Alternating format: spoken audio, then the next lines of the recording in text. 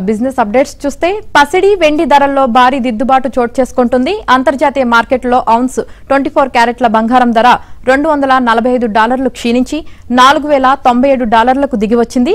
Ounce వెండి కూడా $3.9 తగ్గింది. ఈ లోహాల ధరలు ఒకే రోజు ఇంతగా పతనం కావడం 2013 తర్వాత ఇప్పుడేనని నిపుణులు చెబుతున్నారు.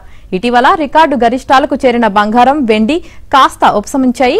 దేశీయంగా దిగుమతి సుంకం, జీఎస్టీ, ఇతర ఛార్జీలు కలుపుకొని 9% భారీగా పడిన డాలర్ విలువ $88 ప్రకారం చూస్తే 10 గ్రాములు మేలిమి బంగారం ధర $126,360 ఉంది. కిలో వెండి ధర అటు ఇటుగా $1,50,000 ఉంది. భారతీయ బ్యాంకులకు ఎన్ఆర్ఐలు పంపే డిపాజిట్లు తగ్గుముఖం పట్టాయి. గత ఏడాది ఏప్రిల్, జులై మధ్య $580 కోట్ల ఉన్న ఈ డిపాజిట్లు ప్రస్తుత సంవత్సరం ఇదే కాలంలో $470 కోట్ల పడిపోయాయి.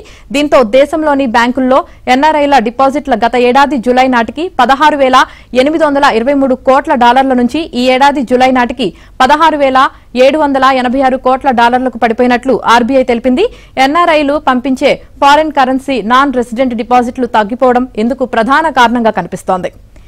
ఈ ఏడాది దీపావళి రీటైల్ రంగానికి బాగానే కలిసొచ్చింది. ఈ పండుగ సీజన్లో దేశవ్యాప్తంగా రికార్డు స్థాయిలో 6 లక్షల కోట్ల అమ్మకాలు నమోదయ్యాయి.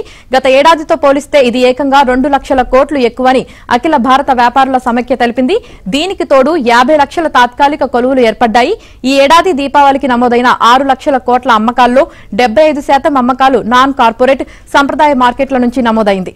మళ్లీ ఇందులో 5.5 లక్షల కోట్ల వస్తువుల అమ్మకాల ద్వారా 65,000 కోట్లు సేవల ద్వారా నమోదయ్యాయి. రాష్ట్రాల రాజధానులు, ద్వితీయ, తృతీయ శ్రేణి నగరాల్లోని 60 ప్రధాన పంపిణీ కేంద్రాల నుంచి సేకరించిన వివరాల ఆధారంగా ఈ అంచనాకు వచ్చారు.